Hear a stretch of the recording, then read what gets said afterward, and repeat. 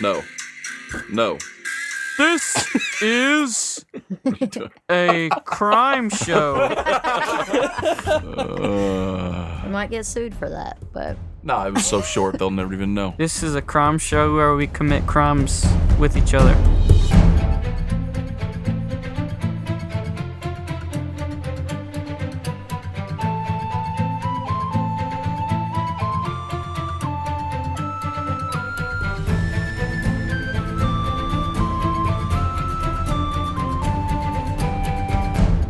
Hello, everyone, and welcome to Make Believe Heroes, an actual play 5th edition Dungeons and Dragons adventure. I'm Paul. I'm your dungeon master, your friend, your pal, and possibly your worst enemy. aw, that's the best thing you ever said. And I'm Joe. And I'm joined today by 4 friends of mine. 4.5. Who's the half? Ezra's pregnant. Got him. Go ahead. Surprise! Interesting. Interesting. I'm Jeffrey, And? and I play Dungeons and Dragons. Yes. Yes. What character do Oh you my play? gosh. I play Kyorg. Kyorg, the people's champion. I'm Felicia, and I play Mogart Stonefire. I'm Joe. Oh my I'm God. Zach, and I play Kris. Also known as Keeps Rocks in Socks. Crispy bacon. I'm Ezra, and I play Balric Nightrain. Very good. We are so excited to continue our Season 4 adventure. I'm not. Maybe our players will eventually make it to Dimmerhold. But before we get to that, a couple of things up front. We are back in business, and so we are reading 5-star reviews. If you want to leave us one, we will read it live on the air. All 5-star reviews that we receive will eventually be I read. just chugged an espresso coffee. And since we read Oryx the Taken King's review last week, we are going to follow that up with a review from Fabulous Dalek, Exterminate! No! who may or may not have been mentioned in that review. Fabulous. This one is entitled The Spiciest. spicy. This is the spiciest podcast to ever spice. I was waiting until I caught up to leave my 5-star review, but I loved everything so much that it was hard to resist. So spicy. This is an amazing podcast. The character development, arcs, and roleplay make the story so compelling and real that I feel like I'm listening to an audiobook or TV show. Meanwhile, the player banter makes me feel like I'm sitting around goofing off with my friends. I got my fiance into the show, and now we reference it together all the time. And I mean all the time. That's amazing. We're working on converting our other friends so they can experience the magic as well. I'd planned on making a joke about the hiatus after Season 3 being like waiting for Sherlock, but as soon as I finished, y'all announced 3.5. Hi, Jeffrey, and also everyone else, because you're all great. Hi, We're all great. Thank you, Fabulous Dalek. Thank you for supporting the show. but I'm the greatest. No, Thank you she for said. introducing your fiance to the show and for introducing all your friends, and we know that they will also love us, because if they don't, we will cry. I thought you was going to say hunt them down or something. I don't know. And you're gonna need some heartburn medicine for this season, because it's coming in extra spicy. Super Spice! Speaking of spice, I should mention, a lot of the sound effects we use come from battlebards.com. Spicy! If you'd like to spice up your table, go to battlebards.com. They have spice. Spicy. I'm going to roll a giant blue D20. We're talking about extra hot. It rocked. I swear it rocked on that 20. Yeah. It rocked on a 20 and then bounced back on a 3. Tres. Trace. Let's talk about what happened last time on Make Believe Heroes. Last time, Kyorg, along with Juniper, began the last stretch of their journey north toward Dimmerhold. As they were heading north, though, a huge storm struck, a blizzard, a whiteout, and they were traveling very slowly. And just when they thought they might have to seek shelter, they heard a sound, the sound of wolves howling on the wind. And then we cut to a new character from Season 4, Kris, also known as Keeps Rocks in Socks, traveling up from a hidden tunnel deep beneath the surface near Dimmerhold. He, along with Zalbar and Zinx, his 2 traveling companions, made their way out the tunnel and into a blizzard. But they did not make it very far at all before the howling manifested as attacking wolves. Luckily for them, Kyorg and Juniper happened to be nearby, and soon Kyorg, Juniper, Kris, Zalbar, and Zinx all fought their way through this pack of wolves, reigning victorious, and Kyorg came out with a brand new, solid white, maybe a little blood on it, wolf pelt. Mogart. You've been traveling a long time, Mogart. You've been trying to push these first few days, push as hard as you can to make as much time as you can riding your large Mastiff Smokey when you have the chance and he is able, but he has started to get tired as well, but you've made really good time. When you set out, you were concerned maybe that your parents or your family would try to stop you, right? Catch up to you, stop you, bring you back home. So you have pushed as hard as you can to get to Dimmerhold as quickly as possible. And now you are in the Glimmerdale Forest, and it's very cold. You have traveled through most of the previous night, and now it is early morning. You rested just a few hours of fitful sleep, and you woke up nervous. You know, you've got a lot of sort of emotions going on right now, you know? Makes it kind of hard to sleep. Yes, I've got a lot of emotions going on. A lot of emotions going on, maybe? Why are you... Some emotions? Maybe you think you have some emotions going on, maybe? Yes, there's a lot of emotions. She just left home. I mean, she isn't usually traveling alone. No. A lot going on for her. A lot of new stuff, new territory. But as you are traveling and as you're making good time, you have reached the Glimmerdale Forest. It's very cold. And while you packed for the trip, you didn't necessarily pack everything that you needed. You don't have a tent. You've got just a couple of pelts and like one pelt and a good cloak. Thankfully, you brought Smokey with you. He's helped to keep you warm in these very, very cold nights. But it's the morning. The sun has risen. And as you are walking, you are exhausted. You're so tired.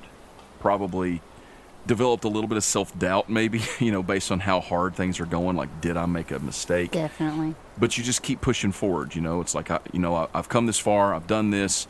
You just keep pushing forward. You just keep going. And you're just like, if I can just make it there, then everything will be fine. I just need to make it there. So, you are traveling. It's daytime. The sun has come up. You've traveled, like I said, you've walked through most of the night and a lot of the morning. And the wind is blowing. It is very cold as the sun has risen, and you're shivering. You've got your cloak tied around you really well, but you've got those sleeveless arms. Yes. Got those arms bare. The sun has risen. The snow is getting thicker, though. You've seen a lot of snow. You've not seen a lot of snow in your time. You've been around it some, but not much. You grew up in the South Drylands, and so you're used to hot weather, hot, dry weather, and now being in this area, this place, it's different. It's an adjustment. And the day is wearing on you. And Smokey, he walks alongside you, and he kind of nuzzles for you to put your arm on him, and he's kind of helping bear some of the weight, Mm-hmm. You've seen a few folks on the road here and there, travelers, people going north, a few going south, but you've seen a lot of people pass you by going north, and you've not really interacted with them much, but you have seen some folks. And you haven't seen anyone yet today. No one through the night, no one this morning. And the snow is starting to fall harder. It's becoming more and more difficult for you to see well. And Smokey is tired also. You guys are walking. Why don't you roll me a perception check? I will roll you a perception check. Okay. So that's 11. Plus your perception? Yes. 4 plus 4? Yes. Okay, so 15? 15. All right, I need you to roll it again. Okay. Because you have disadvantage. Oh, great. So that's a 10 plus 4, so 14. Okay, well, that's actually not terrible. It's not great, but it's not terrible. You're walking along, and like I said, you're tired. You're kind of... Are you talking to Smokey at all? Oh, definitely. Okay. Okay, Smokey. We really need to get to Dimmerhold before I die. I didn't think it would be this hard to run away and go on an adventure by myself. Nope, stay strong, stay strong. You say that, and Smokey kind of, like I said, he kind of nuzzles his big old mastiff head towards you, and you look over, rubbing him behind the ears, and when you do, you thought maybe you saw something over, like, moving on the side of the road in the woods. Hold on, Smokey. And she's gonna get her warhammer out Okay. and hold it. Mm-hmm. Is it just I saw it kind of move, or? You thought maybe you saw something? Kind of hard to tell. You don't see anything now? Smokey, why don't you go over there and check that out for me. Smokey kind of looks over there, and he trots over to that side, and he kind of sniffs around, looks around. And as he's walking over there, you notice the wind is starting to blow a lot harder, and the snow is starting to fall a lot faster. It's getting very thick. In fact, it's getting harder and harder for you to see. After a couple moments, Smokey comes back, and he just kind of looks at you. He doesn't see anything or smell anything, apparently. All right, this is getting real bad. What to do? What would Gertie do? What would Gertie do? She wouldn't be whining, that's for sure. She's just gonna keep moving. Like, she don't really know what to do. Just keep walking. Yeah. So you just keep moving forward, keep walking. It is getting more and more difficult. You are on the road. You've stayed to the road since you got to it. You know, you have maybe stepped off a little bit to one side or the other at night for resting, but never far from the road. And you are on the path that leads north toward Dimmerhold. You continue forward, walking, pushing through the wind and the snow, and it is cold. Smokey walks really close to you. You've got an arm around him, kind of, your hands down in his fur, just feeling his body heat. It's keeping you warm as you continue forward. Slowly but surely, you press forward, pressing forward, pressing forward. Some time passes, probably about a half an hour of this, and it is becoming very difficult for you to deal with this environment and this weather and all this stuff. And then as you're walking forward, you see something up ahead of you. Looks like a figure walking in this direction. Who goes there? They don't respond or say anything. They just keep walking in this direction. It's hard for you to really make them out. Like I said, it's basically a whiteout blizzard where you are.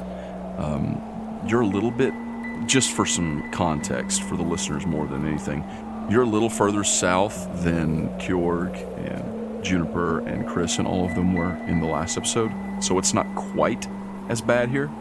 It would almost seem as if the storm is stronger the closer it is to the mountain. But it is very thick, and so you can see, but it's just heavily distorted. You've driven in bad snow before, and it's just like, whoa.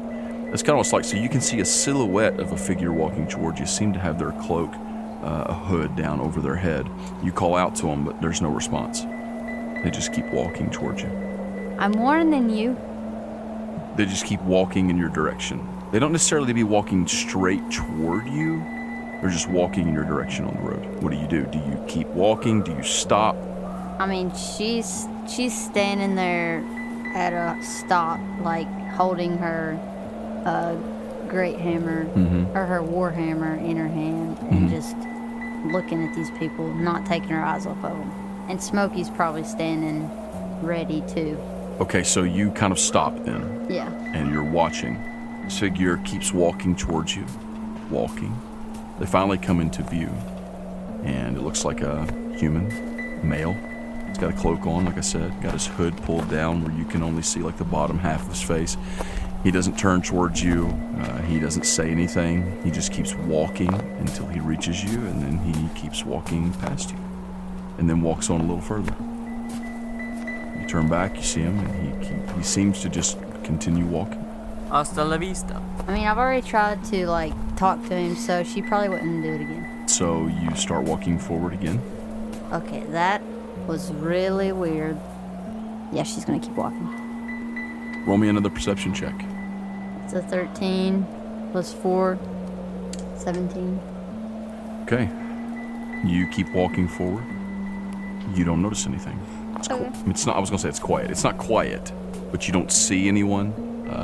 You don't see any other people on the road. You don't see anyone to the right or the left behind you. You keep walking, and then you sense Smokey stop.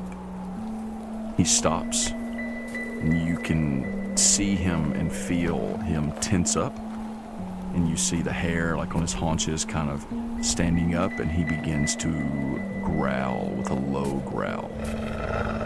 What is it? You look around, and it's become harder for you to see. It's white all around you, the snow falling, and you're kind of turning, and Smokey is is got his head lowered and his snout forward, growling, looking straight on the road ahead of you. Suddenly, Smokey says, "Only you can prevent forest fires." Exactly. So, I mean, she's gonna be holding her warhammer still, and You are standing there and you're looking around and you hear a voice call out from behind you. Why don't you put that weapon down? It'll make all of this a whole lot easier. And Smokey gives off a loud bark. And who are you? I'm the one who'll be taking all of your valuables, and probably that beast. Oh, Smokey here. He's only going with me. Smokey is kind of turning now. He is sort of like looking in different directions and growling. And you see his eyes kind of darting from side to side. He seems disoriented as well. What is your name, traveler? Names won't matter. It'll be a lot easier if you put that hammer down. All right, won't matter. An arrow strikes the ground near your feet. The next 3 will go through your chest if you don't lay down all of your valuables and your hammer. You kind of see Mogart like she's like talking to herself, kind of. Well, Gertie would not throw her hammer down, especially this hammer, so... You see now, as you're contemplating and looking around, you see multiple figures in the obscure surroundings, moving from tree to tree, drawing in closer to you. I'm only going to ask one more time. Lay down your hammer and all of your valuables, or, well, I think you can figure out the rest. Well, it seems like we're about to fight, and she's gonna rage. Oh, you're going to go into a rage? Yeah. Okay. As you're pumping yourself up, you see a tall figure, Mogart, step forward close enough where you can see him.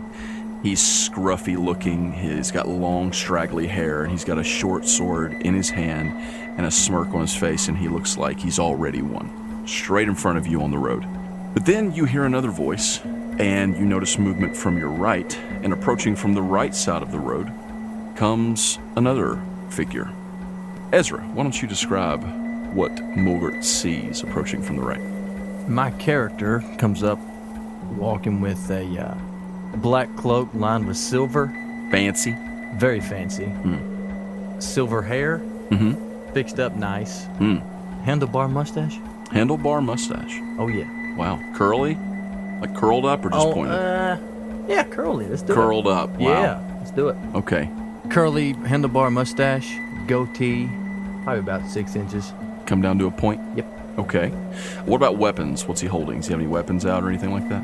On his hip, he'll have a rope dart wrapped around, hanging off of his hip. And on both sides of his hips, he's got 2 short swords and a short bow hanging off his back. Hello there, young lady. Hello?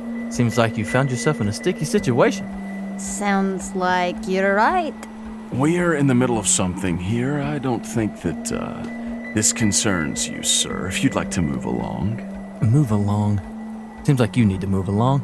Really? Well, my friends would disagree, and you can now see multiple figures closing in from around you.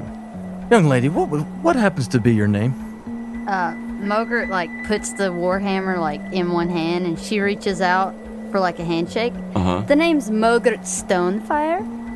Balric Nightrain. Nice to make your acquaintance. Are you any good with a hammer? Just stand back. Okay, Sploopies. Let's roll initiative. Got a 15. And Mogart? 18. 18. All right. So the first thing that's going to happen is one of those arrows is going to fly out of the storm toward you, Mogart. Ooh. All right. It buzzes right by your ear. It misses with a whiff. I like it. Gotta have better aim than that. It's your turn, Mogart. There is one dude up right in front of you, his sword in his hand. So she is gonna rage. And that will be her first rage. of the season.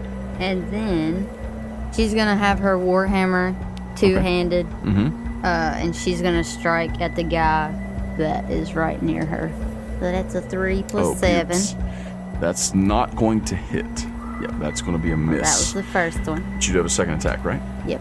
11 plus 7, so 18. 18 on this boy. That is a hit. So go ahead and roll me the damaggio. So that's 6 plus 4, so 10. 10 damage. So you deal 10 damage to that guy. What do? You run forward and just swing your hammer at him? Yeah, it's like she swings the first one at him and misses, and then, like, without delay, she just brings the other swing right back at him. Okay. First one whiffs. The second one comes around and connects. He steps back. Oh, you are going to regret that. And as he says that, he kind of takes a little step to the side, and out of the misty whiteness all around you, another figure comes flying forward. He is very short. He's even shorter than you, probably a foot shorter than you, and he thrusts forward toward you with a short sword.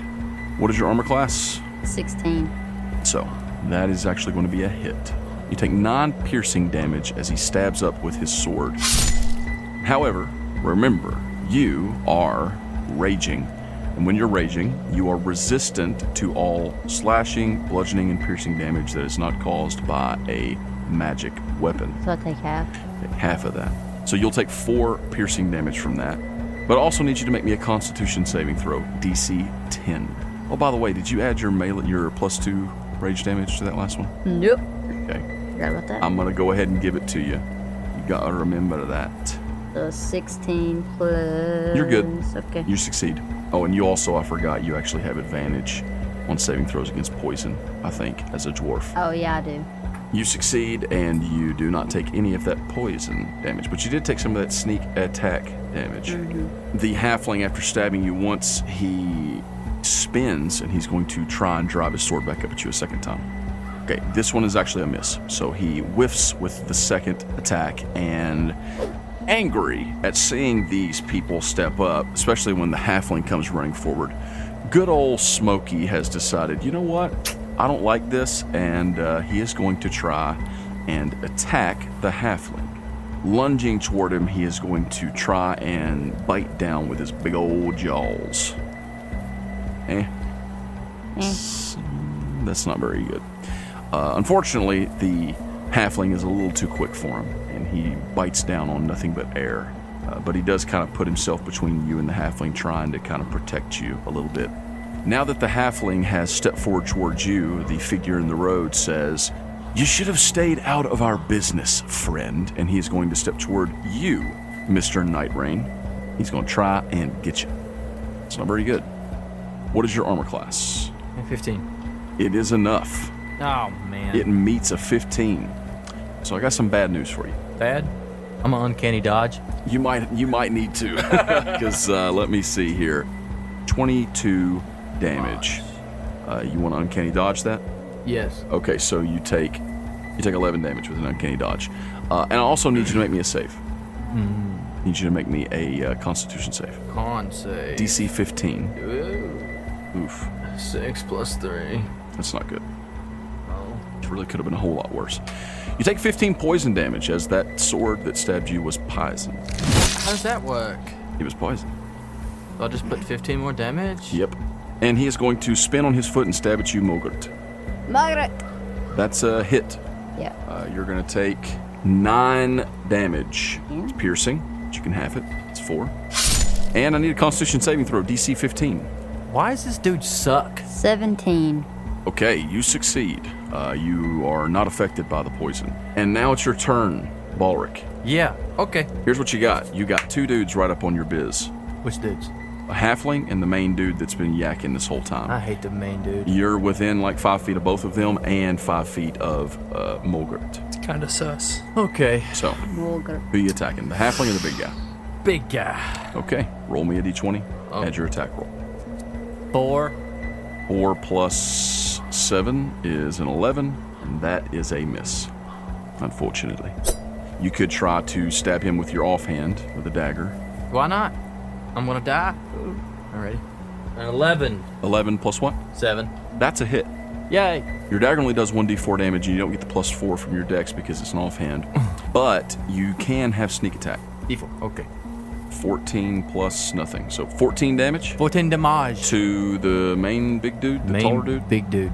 Okay, so the main taller dude takes 14 damage. You stick a dagger in his side. It hurts. 2 arrows come flying out of the snowy terrain around you. Me? One comes at you. Okay. It's a miss. I felt that one on my ear. The other one strikes you right in the back shoulder, Mogart.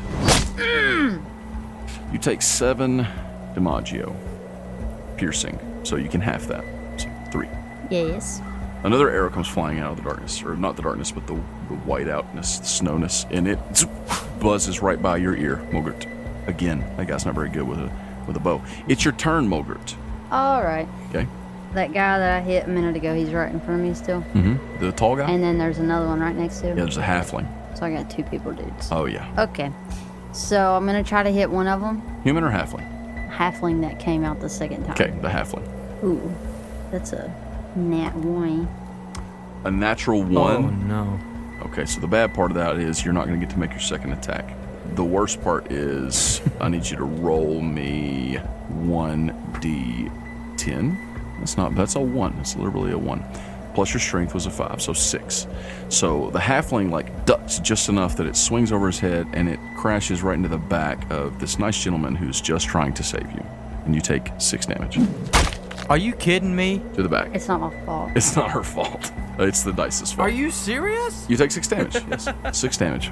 With that, the dog, good old Smokey, he is not rolling well. Smokey is trying to attack them. Smokey misses again. Poor old Smokey. Come on, bro, roll better. And with that, it is the halfling's turn. But Paul's got us fighting assassins. Y'all got to fight stinging Wolves. dogs. The halflings going to step forward and try and stab you, Mogart. Just bring it on. I can take all these. The first one is a whiff. Second one is a hit. 9 plus 3 is 12. You take 12 piercing, but half that, so 6. And I need you to make another Constitution saving throw. It's 5 plus my Constitution, which is Your Constitution save, which is a plus 7. 5 plus 7, 12. Okay, you succeed. Yay! You take no poison damage. That's good. The tall guy steps forward. He spins around, slashing his short sword back at you again, Balric. And here we go. Don't do this. It's very good. What's your armor class? Oof. A 15. First one is a miss. Yay. Second one comes back at you. Miss again. Second one is a hit. It's You an s- 18. I hate. So sneak attack. Again? Yeah, he is within. He's close to peeps. hold on. Yeah. Mogart, I'm sorry. I left something at the house. I gotta go home. Sneak attack damage. 20. You can uncanny dodge again. Do it. Okay, you uncanny dodge. You take 10. 10 piercing damage. Dude, 64 to 22 in not even a full encounter. 2 flippin' rounds. What? Mogart, you see your new friend, this guy who showed up just trying to help you. You see him get stabbed right in the back, like in the lower ribs. And I need you to make me a Constitution saving throw. Balric. Yay! So what is that? 19 plus 7. Okay. Right? No, No. not plus 7. No, Your sorry. con's not plus 7. What am I doing? But a 19, Constitution? yeah, Constitution. 3. So. Okay, so you're in good shape. You succeed. You do not take any poison off of this one. I guess he must have lost some of that poison on the last attack. And now it is your turn. Flippin'. Okay. Who are you attacking? Same guy, I guess. You gonna stab him again? Yeah. All I'm right. gonna flippin' work, but let's Do do it. it. All right. What is that? 16 plus 7. So that is a 23. 23. Okay. I'm not in math. 23. Pump it, pump it. All right. 23. Give me, and he's next to Mogart still, within 5 feet. Paul. So you've got sneak attack. So you need to roll me 46 sneak attack. 46s. Plus your 1d6 short sword, so 5d6s. 18 damage Oh, to this fella. And you're attacking the tall guy, right? Tall guy. How does that look? What do you do? When he stabs me, I look at him and I say, "Ow! Is that the best you got?" And I grab my sword and I slice him right in the side with it. Okay, you just run it across his ribs and like open up a big wound right there. And I told you this doesn't concern you. Does now. You see him kind of signal with his hands. 2 arrows come flying out of the storm toward you, Balric. 2 arrows come flying out and both stick in your chest. One in the left and one in the right. As that's happening, though, Mogart, you see him like motion with his hand, and you turn, and when you do, you kind of cry out. Don't! And you like sort of instinctively raise your hand toward him, and when you do, there is this weird sort of, honestly, what it looks like, it almost looks like the snow in front of him glows a little bit with this weird tealish light, and the arrows slow as they're coming towards you. They still hit you, but they slow. So let me roll 2D, what is it, 2D8s? 2d6. You're rolling 2D6, so am Yeah. So I got a 5 and a 6. Holy crow. I got a 5 and a 3. It's just a +2 to that, so I got 10 So total. take away 11. Wow. They slow, and they hit you, but when they do, they fall off. They don't stick. Well, where'd you learn that trick? She's just like amazed, and she's probably gonna go, Gertie? And just kind of look up. Another arrow comes flying out, this one aimed towards you, Mogart. Oh, great. Man, this thing's rolled a 15 twice in a row. You're going to take a hit. It is 6 piercing damage. So take away 3. All right. Mogart, it's your turn. All right. I'm gonna try to actually hit something this time. So she feels freaked out by what just happened because that's never happened to her before, and it's like, is that Gertie or What is what's that? going on? I have no idea. So Right. she's freaked out, but she likes it. What does she do? So she's gonna go for the human. All right, go ahead. And I'm going to give you advantage on this roll Oh, okay. because you're just feeling amped. So I got 10 plus 7, so 17. That's a hit. So Don't forget your rage damage. 1d10 plus 6. Yes, 1d10 plus 6.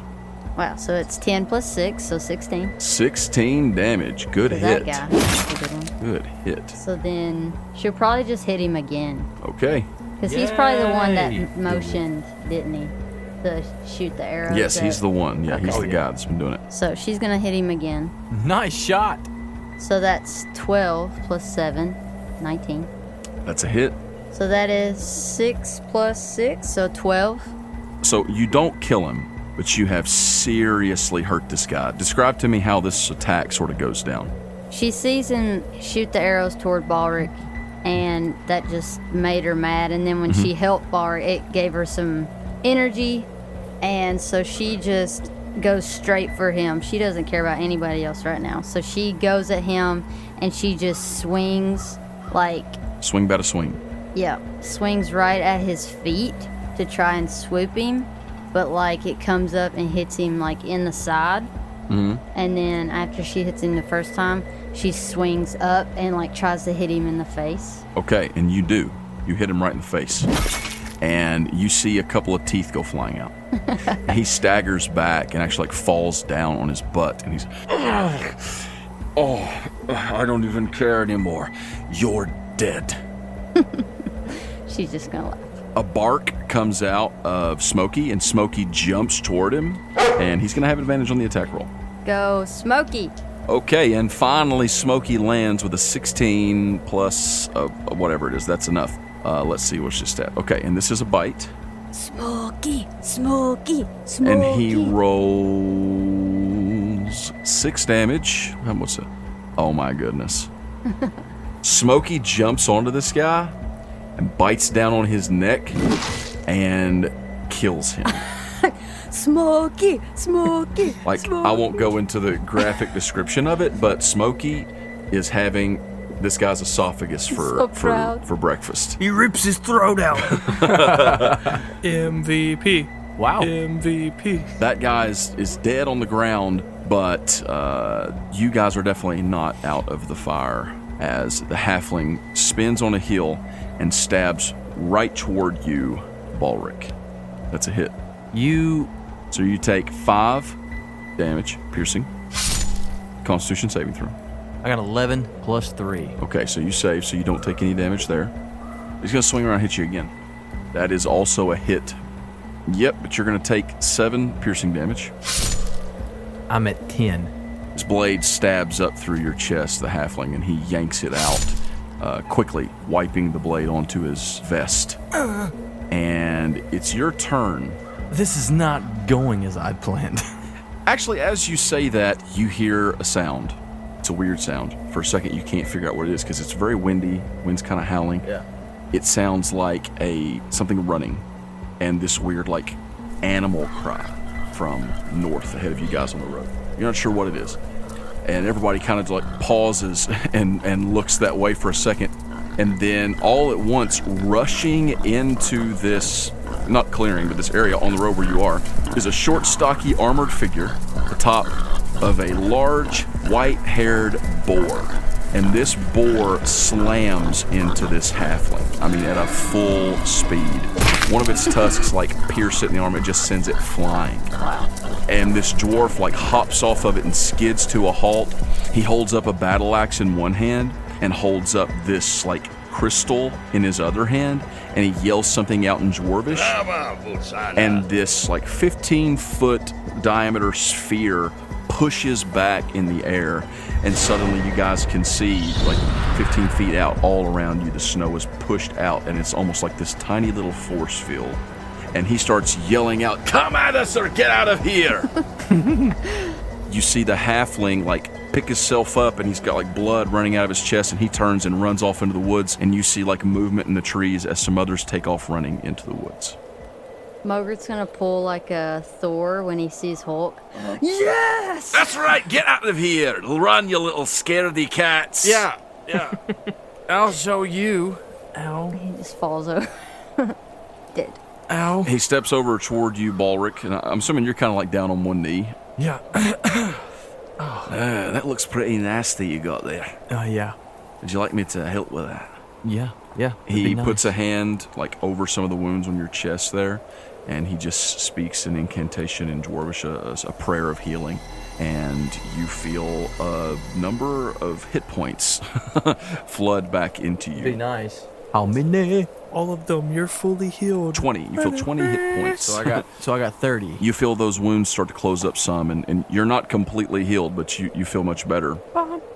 Is that going to be all right? Do you think you can travel with that? Sure can. Well, Thank you. sorry it took me so long. I'm here to help. The name's Halberg Stoutfist. I'm a cleric of Dervetter from Dimmerhold. I don't know if you've noticed, but there's this great storm going on out here. And, we don't really know what it's all about. I can tell you this, it's not natural. It's definitely not natural. I'm assuming you guys are heading toward the city for the Gauntlet of the Moon? Of course. Yeah. How'd you know? Well, that's what everybody's coming to Dimmerhold for right now, obviously. Anyway, if you like, I can take you there. If you like to follow me, we're about an hour's travel out, probably from right here, maybe a little further. I'm not sure. I kind of ran quickly. And George, he says, patting his white-haired boar, he can't really carry all of us, can he? So it might be a little bit of a longer trip. But if you come with me, I can keep the snow off of us until we get there. Yeah, all right. That's fine. I heard yelling and, detecting some evil coming from around this way, so I came as fast as I could. I already sent a few others that were in good shape up the road from there, but if you come with me, we'll make our way, and hopefully we can make it to the gates before, anything else happens that's too crazy.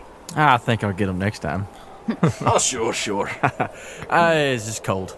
He turns, he pulls an apple from his pocket, and he gives it to George. There you go, boy. It's a good boy. Yes. All right, follow me. Oh, look at that. What sort of beast you got there? Is that a mastiff? Of course. What's his name? Smokey. Hello there, Smokey. He reaches into his other pocket and pulls out a piece of beef jerky. The name's Mogart Stonefire. It's nice to meet you, Mogart. What brings you this far north? If I'm not wrong, you look like you might be one of those dryland dwarfs. Yes. The Drylands. That's where I'm from. That is me, the clan, the Stonefires. Stonefire. You've probably heard of us. It sounds a little familiar. I'm not sure.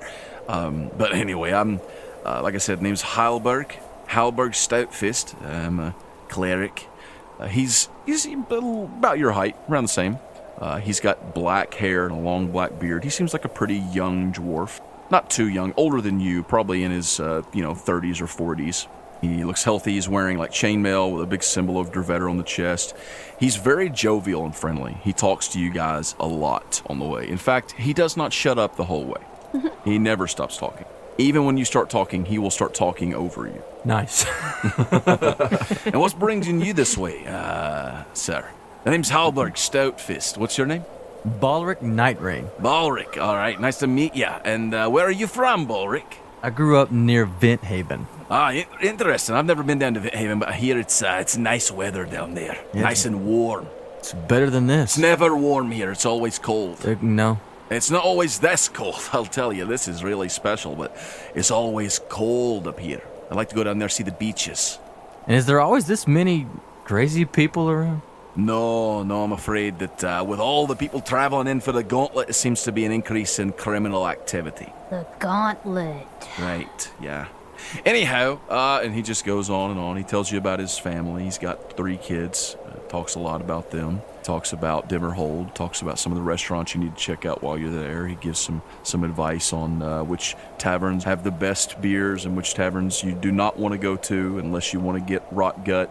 He talks about a lot of different stuff, and eventually you guys come out of the forest, and the wind is blowing really, really hard around you, and the snow is falling. Outside of this like sphere that he's got that's being projected, it seems, from this crystal in his hand, it's just a roaring storm outside the sphere that you guys are walking in, okay? You finally come up on a place where the road leads up, and you have come to where the river goes up and across, and there is a bridge. Here we are.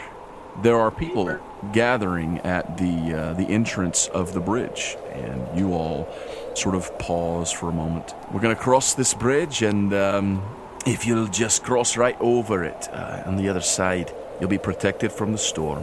There's a lot of folk waiting over there to get inside the city, but I'm afraid I'm going to have to travel back down south again, making sure there's no other highwaymen or bandits trying to take advantage of the folk traveling to Dimmerhold. And we've also heard word of some wolves acting strangely, so if you could, just continue over the bridge, just keep walking, follow the crowds, you'll come to the doors of Dimmerhold. Welcome to Dwarfholm. Thank you, sir. I'm glad you've come. Do you intend to participate in the gauntlet? Yes. Yeah. Well, best of luck to you. He turns, gives you a little nod, and walks away. You all cross over the bridge. At the bridge, there are a number of people converging from many different paths. They're coming from the east, the west, the south. And the bridge crosses over the Glim River, which splits here to the south and east, coming down from the north, coming out of the mountain. The bridge crosses over the great shining river with its icy sheen, and leads over onto a stone pathway carved into the mountain. As you two walk along with Smokey down the pathway, it almost seems to descend slightly as the mountain rises quickly up before and around you. The road to Dimmerhold is cobbled stone, cut into the mountain itself. To the left of the path, there is a solid wall of stone that's continually rising higher and higher as the road leads deeper toward the center of the mountain. It's cut into the mountain, so you can see the wall just going up with the mountain. See what I'm saying? While you guys are continuing straight. To the right, over 200 feet wide, the Glim River runs swiftly out of the mountain and down south. The moment that your feet cross over the bridge, the snow and the wind are slowed, and now looking up and around, you can see what appears to be a large bubble of power holding back the storm from the entrance. Many people are crowding here, slowly making their way down the road toward the mountain. Soon you come, after some walking and slow walking and seeing tons of people. You see humans, you see elves, you see half-elves, you see dwarves, you see dragonborn, you see a couple tieflings. You see halflings and gnomes. I mean, just people from all over the world are traveling in through the gates of Dimmerhold. Before long, the gates do come into view, and they are huge. It is a huge, enormous opening. It looks like a giant 40, maybe even 50-foot circle has been carved into the side of the mountain, and there are 2 doors. It looks like they took this giant circle stone and just cut it straight down the middle, and 2 swinging doors that went inside. People are slowly making their way in, just kind of taking in the scenery. To be honest, it's awe-inspiring. Mm-hmm. Around the circumference of the opening, there is a large message written in silver glowing runes that regularly change around every minute or so, 30 seconds, and you've noticed it now. And it reads clearly in all the different languages of Manumi, "The eye of night above you. Here winter's breath is blowing. Dwarven home awaits inside. Our hearth is always glowing." And as you are looking at that and seeing all this go on, suddenly Smokey barks and runs up a little bit, and you kind of have to chase him. Smokey, what? And What are you doing? He jumps up, his paws pushing on the shoulders of this tall, dark-skinned figure in a big, thick pelt cloak. It's Joe. He starts rummaging around and sniffing around the waist of this character, and Kyorg, you see this big old black-haired mastiff sniffing around your pack, and he's probably sniffing for that deer jerky you've got stowed away in there. I got some deer jerky. I pull some deer jerky out. You give it to him? Yes. You give it to him, and he is just munching on it. I'm so sorry. I scratch behind his ears. Smokey, you're not supposed to just jump on strangers. He's fine. Kris, are you and the crew still standing nearby them? I would say maybe I am, but Zinx and Zalbar have kind of split up because we can't walk in together. Oh, okay. Trying to keep a low profile, I see. Yeah. Yeah, okay. This is a nice pelt he has. Whoa, whoa. Oh, man. Isn't that right, good boy? Oh my god. He's just panting, and he's just his little tail is wagging. So Mogart's gonna put out her hand toward Kyorg. Well, toward this man, this guy. The name's Mogart Stonefire. And I'm the people's champion! Some people kind of turn and look in your direction. A couple of them are kind of whispering under their breath, like, "Is that the people's champion?" Wow. I don't Nice. really know what that means, but okay. You will learn. A little orange-haired gnome girl turns. "Oh, hello. My name is Juniper. This is Kyorg. He is the Oh. people's champion. Kyorgi. Gotcha. Kyorg. Kyorgi. Kyorg. Anyways, I'm Mogart Stonefire. You might have heard of the name. Maybe. I'm not very familiar with dwarf clans. Are you from around here? From the They're from the Drylands. Drylands. Jinx. Oh, so you know of the Stonefire clan? Yeah. They're weak. Oh, no. I start to mosey up behind them at some point. Okay, so let me ask you a question. So are you going to stick close to them? Or are you going to try and sneak off on your own somewhere? Oh. Okay. No. And you come up behind, you're kind of standing I'm just nearby. gonna be You're here. seeing all this going on here. Well, he's right. I am from the Drylands, but weak. I'm not weak. It's okay. It's fine. Who said you were weak? Kyorgi over here said I was weak. What I just witnessed. Ha! She could take you on. Okay, let's not get crazy. This is nice. By the way, are you let's see, a Mogart, right? Mogart. Mogart Are you Stonefire. planning to participate in the upcoming gauntlet? Is that why you're here? She pulls her hood off her head, and you see her long blonde hair in a braid. It falls down on her shoulder. And she makes her hood fall off, and you see she's got this big turtle shell on her back, like a backpack. And she just puts her fist on her hips. She's a Koopa. Yes, that is why I'm here. Well, maybe you and Kyorg will get a chance to find out who's strongest. Oh, and Kris, too, she says, pointing to this short gnome with a man bun, a staff, and a sock full of rocks. Mogart sticks out her hand. The name's Mogart Stonefire, toward Kris. Can I reach her hand? Yeah, she's a dwarf. I'm short. Oh, okay. Yeah. Well, I'm tall for a dwarf.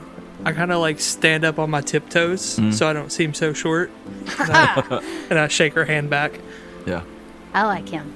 So what's with the sock? It just makes carrying all these rocks easier. Do you not have a sock? What even is a sock? You wear socks. I have two. Yeah. Where they're supposed to be, on my feet. What's your name? You traveling with Mogart? Just by just met. happenstance. And what's your name? Balric Night Rain. Nice to meet you. Night Rain. That name sounds a little familiar to me for some reason. Yep. Anyway, I'm Juniper. I'm just a messenger and a friend of Kyorg's. Kyorgi. She kind of gives you a little bit of a squinty eye. Mogart's kind of just like staring up in the air, like just really not even paying attention really now. But she's got her fist on her hips, just kind of like she's arrived, you know. Well, suddenly you hear a loud booming voice from behind you say, "Move it along." And there is a big, broad-shouldered dragonborn standing behind you guys. He's got blue scales, and he is like bare-chested. He's got a big old hammer in his hand, and he says, "Move along." And you guys look up, and like there's a bunch of people who have cleared out, and you guys are just holding up the line. No. Oh, no. Mogart just sticks her hand. Mogart just sticks her hand out at the guy. Mm-hmm. The name's Mogart Stonefire. He just stands there. You want to move along? Mogart's got her hand stuck out. Kyorg is about to belly up on this guy. He just starts patting the head of the hammer in his hand, and he like cracks his neck, and he says, "We want to do this right here." I'll be the ref. Kyorgi, what's he talking about? I think he wants to fight. Already? And she just like gets her hammer out. And I pull my mace out. Oh no. Mogart Stonefire, here for business. I just frantically start looking around. Wait, are we really doing this? And I just start untying my sock. Juniper looks around at the four of you, or the five of you, I guess, kind of this big guy, and she says, "This is going to be a long week." And that is where we're going to end this episode. Wow.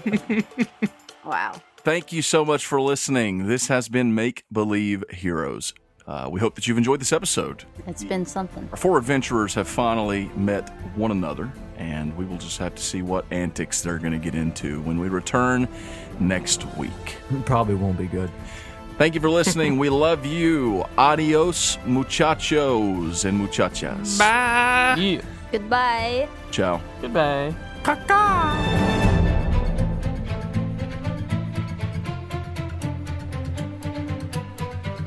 Hi, I'm Ezra, and this is Disney Channel. No.